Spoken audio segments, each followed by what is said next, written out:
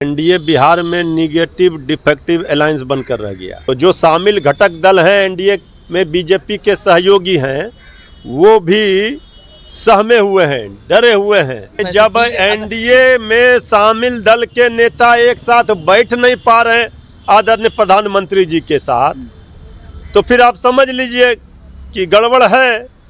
अब तो बीजेपी का टिकट ही उम्मीदवार वापस कर रहे हैं, लौटा रहे हैं।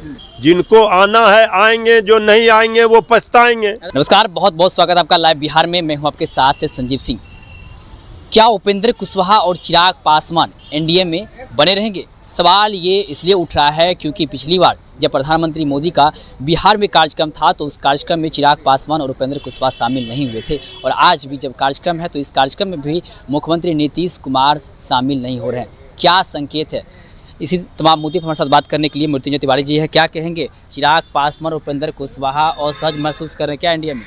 देखिए, एनडीए में भारी सिर फुटौल होना है जी। और एनडीए बिहार में निगेटिव डिफेक्टिव अलायंस बनकर रह गया। पहली बार जब आदरणीय प्रधानमंत्री जी 2 मार्च को आए थे तो औरंगाबाद बेगूसराय में श्री चिराग पासवान जी, श्री उपेंद्र कुशवाहा जी जो भाजपा के सहयोगी हैं, एनडीए घटक दल के नेता हैं, वो उपस्थित नहीं हुए थे।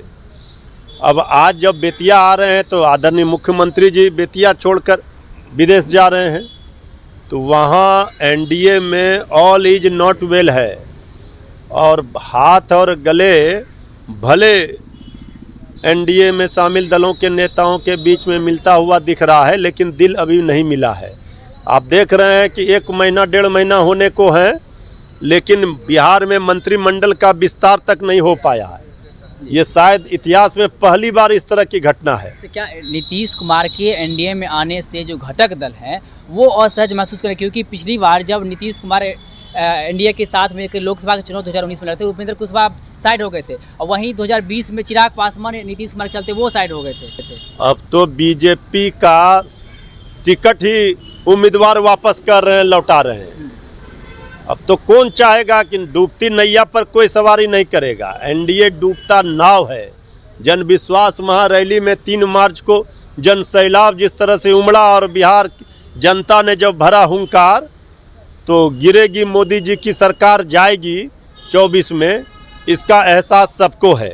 तो जो शामिल घटक दल हैं एनडीए में बीजेपी के सहयोगी हैं वो भी सहमे हुए हैं, डरे हुए हैं और निर्णय नहीं कर पा रहे। भाई हम लोगों से बात क्या करना है?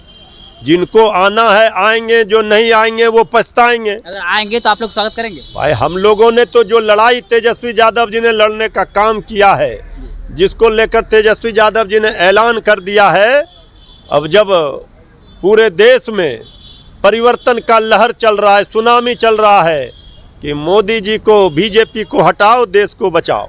क्या लग रहा है कि केंद्र नेतृत्व जो है बातचीत कर रहे हैं चिराग पासवान? भाई जब एनडीए में शामिल दल के नेता एक साथ बैठ नहीं पा रहे हैं आदरणीय प्रधानमंत्री जी के साथ, तो फिर आप समझ लीजिए कि गड़बड़ है।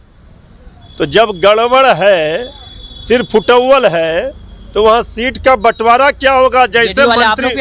जैसे मंत्रिमंडल का विस्तार होने के साथ ही बिहार में सरकार गिरेगी, उसी तरह से एनडीए में सीट बंटवारा जैसे ही होगा भगदड़ मचेगी। आप लोग पे भी जेडीयू वाले आरोप लगा रहे हैं? अरे कौन आरोप लगाएगा? कल तक तो आदरणीय नीतीश कुमार जी 2 महीना पहले जब महागठबंधन में थे तो कह रहे थे जल्द होना चाहिए सीट का बंटवारा। अब क्या हो रहा है? अब क्यों नहीं हो पा रहा है? अब तो 4-5 दिनों के बाद आचार संहिता लग जाएगा, चुनाव का घोषणा हो जाएगा, बिगुल बच जाएगा। तो ये दिख रहा है कि वहाँ सब गड़बड़ है। चलिए, बहुत बहुत धन्यवाद। हमारे साथ बात करते हैं मृत्युंजय तिवारी। इन्होंने साफ तौर पे कहा कि एनडीए में सब कुछ गड़बड़ है और सीट शेयरिंग का जो फॉर्मूला है वो फंसा हुआ है। साथ ही साथ इन्होंने कहा कि चिराग पासवान और उपेंद्र कुशवाहा अगर आते हैं तो स्वागत करेंगे। कहीं न कहीं इशारों में इन्होंने साफ क्लियर कर दिया है। हम बात कर रहे थे मृत्युंजय तिवारी से, जो आरजेडी प्रवक्ता है। आपकी क्या प्रतिक्रिया है हमें कमेंट में बताएं। इस खबर में इतना आखिर देते। यूट्यूब पर सब्सक्राइब और फेसबुक पर लाइक जरूर करें।